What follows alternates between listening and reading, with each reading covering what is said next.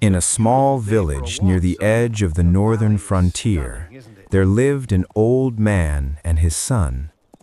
They were poor, but lived a quiet, simple life, tending to their few possessions, the most valuable of which was a magnificent stallion.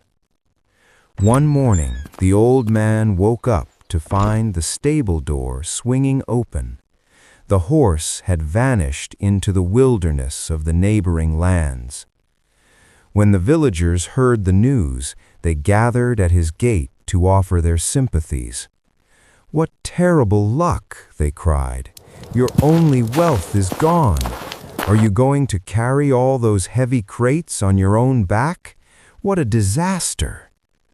The old man looked at them calmly and replied, "Maybe. Who can say what is good or bad?" A few weeks later, the stallion unexpectedly returned. But he wasn't alone. Following him were 12 beautiful wild mares. The villagers were stunned. They rushed back to the old man's house, envious and excited. "We were wrong! What a blessing!" they shouted. "Now you are the richest man in the village. This is such wonderful luck."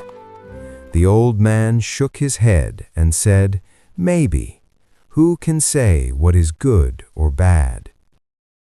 The old man's son began training the wild horses. While trying to break one of the most spirited mares, he was thrown violently to the ground. His leg was shattered in several places, leaving him with a permanent limp. Again, the neighbors came to the gate. "Your only son is crippled. Now he cannot help you in your old age. This is a tragedy," they lamented. The old man, untroubled, looked up and said, "Maybe. Who can say what is good or bad?" A year later, the country went to war. The emperor's army marched through the village, conscripting every able-bodied young man to fight in a brutal campaign. Because of his mangled leg, the old man's son was deemed unfit for service and stayed behind. Of the young men who went to war, nearly all perished. The villagers, weeping for their lost sons, saw the old man walking with his son in the fields. "You were right," they whispered. "Your son's injury saved his life. How lucky you are!" And the old man simply replied, "Maybe." Suffering isn't caused by the events themselves, but by our labels. We suffer because we decide that a specific moment is bad, unfair, or catastrophic. We judge. But the future is inherently unknowable. We are seeing only a tiny fragment of a much larger picture, a single link in an endless chain of cause and effect.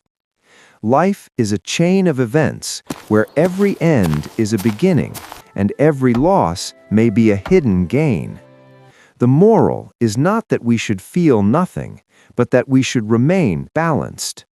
By refusing to label the present moment as a final tragedy, we preserve the inner peace needed to navigate whatever comes next.